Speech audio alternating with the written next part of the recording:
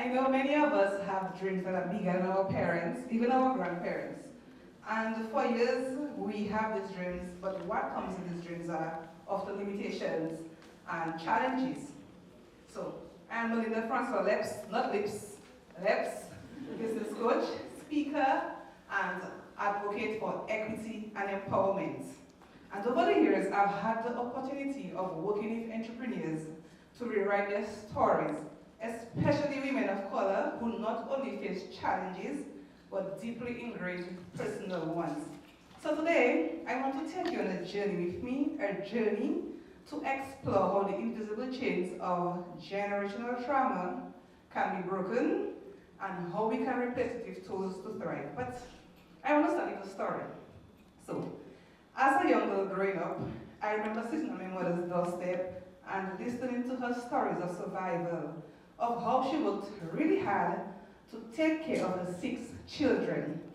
Now, whilst these stories may have been inspiring, it also carried a dual message, one of pain and pride. That pain manifested as self-doubt. It also manifested as just feeling like you are not good enough. I remember looking at my home and thinking to myself that I wouldn't amount to much because I came from little. I remember being called Noah, country, and even Pajabel. And for years, I truly believed I was too poor, too country, or too black to make any difference in society. And I didn't realize it then, but these thoughts and negative words from people shattered my self-esteem. But I kept on going. I didn't let it stop me. After encouragement from a few friends, I enrolled in UE, not doing how I would pay for it. And I got a scholarship luckily for my first year, and I took a small loan to pay for the balance. That was 10 years ago, I would say 10, 12 years ago.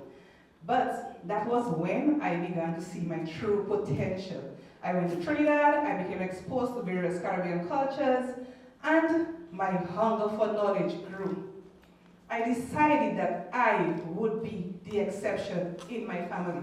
So, generational trauma isn't always loud, guys. It's often quiet. It tells you play small, or it says I'm not enough. But it doesn't have to be that way. Today, I want to talk to you about how you can break generational trauma to leapfrog into the future. The first thing is awareness. You need to be aware of what barriers exist. You cannot change what you do not acknowledge. What do you think is holding you back? I often ask my clients, is it fear? Can anybody tell me, what do you think is holding you back when you think of something you want to accomplish and you're not doing it? Is it past failure, or is it a story that somebody told you that you never questioned? You have to be aware of the limitations because you inherit these traumas from your parents, from your grandparents, from your community. And if you do not let them go, and if you're not aware of what is holding you back, you are not going to break the cycle. The second thing is to write the narrative. It takes courage to say, I am not my past, I'm the architect of my future. Can you say it with me? I am not my past, I am the architect of my future. Louder. I am not my past, I am the architect of my future. For me, that meant challenging the beliefs about what it means to be a black woman from the Caribbean, doing business with international clients. It also meant stepping boldly into spaces where women like me were not accustomed to being coaches, were not accustomed to being respected, and decided I want to do something different. That is what it meant for me. The third thing is community. No one builds alone. To break generational trauma, you need community. We need people to encourage us. We need people to tell us that, hey, you are doing well, when the silent doubt returns. And this can mean joining a social group. I joined the Rotary Club, I was in the Pilgrims Cultural Group from the age of 15. I have been in different community groups informally. I've done a lot of community activities. And that community spirit in me is what led me to create the Women Are Standing Retreat, which I held last year. because we need safe spaces for women to amplify their voices. Guys, ladies and gentlemen, generational trauma is systematic. It is not an individualistic thing. We are seeing people around us and they are accepting things how it is. Do you think you can break generational trauma? Yes. Do you really think you can? Yes. Okay, and I'm breaking it. I am not going to help. I'm not going to allow anything to keep me back.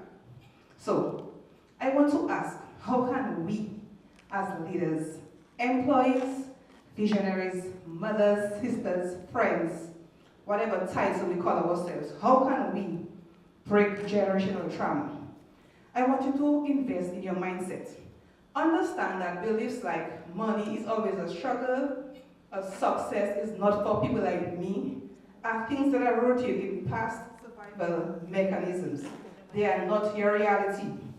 Growth doesn't happen by chance. You need to invest in yourself. Invest in education, in therapy. Black people have a thing and say that therapy is not for them. Well, my therapist is sure. Invest in therapy. I remember Rihanna saying that too. Taya Lafo Godson said that as well. We need to invest in ourselves, in our personal development, and even in candid conversations to help unpack this trauma that we are carrying and we are not aware of. Now, there's a model called the CTRFAR model. It was discovered by Brooke Castle, and essentially, our circumstances exist, we cannot change them. Then we have thoughts about our circumstances, which now affect our feelings. Because we are feeling a particular way, we start to act a particular way, we take action, affects our results. So in essence, your thoughts create your reality. Once you can control that thought about your existing circumstance, then you can change your reality. Let me give you an example. If I had told myself that I didn't come from much, so I shouldn't try to do much, I'll be in the same place. But I told myself that I'm going to be the difference, I'm going to be the exception. And then I started feeling confident. I started believing in myself and doing things to lead me on that road. And then you could see my results. I had to first believe a positive thought about my circumstance for me to change my current reality. So remember, your thoughts create your results. The second thing is create systems of accountability.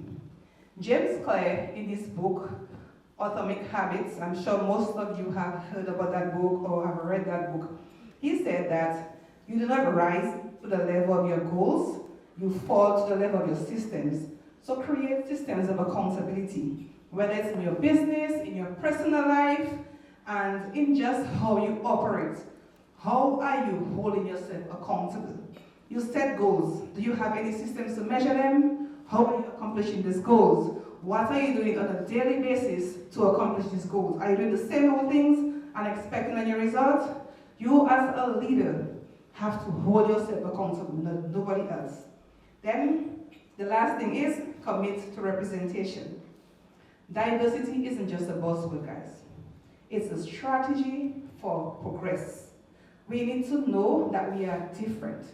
When we open doors for others, we are collectively leaping into the future. Accept that I am not going to be the same person like you. We all have different traumas carried, and we have to be open to learning each other and understand why we react a particular way. Use your leadership roles to dismantle structures of oppression and uplift marginalized voices. Oftentimes, we don't do that. We have to be honest, we don't do that. We look for people who look like us and we treat them a particular way. And those who don't look like us, we treat them differently. That is very common. People who feel that they are very rich, they sometimes look down on the poor. We have to break that. We have to break and dismantle that society for us to grow and break generational trauma. As I close, I want to say that breaking cycles requires accountability. Accountability at every level. Personal, familial, organizational, and societal. This means taking steps to dismantle patterns and behaviors. And this means looking at yourself and asking, what am I doing to break the cycle? Imagine a world where every child is born into possibility and not pain. where businesses are not just profit-driven, but purpose-driven, where generational trauma is replaced with generational wealth, a wealth of knowledge, a wealth of confidence, a wealth of opportunities. That world is now, it's not distant, it starts with us, it starts today.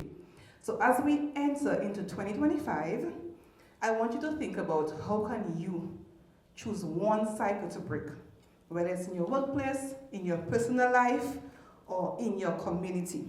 Because when we break free, we are not just breaking free for ourselves, but we are paving the way for everyone after us. Thank you.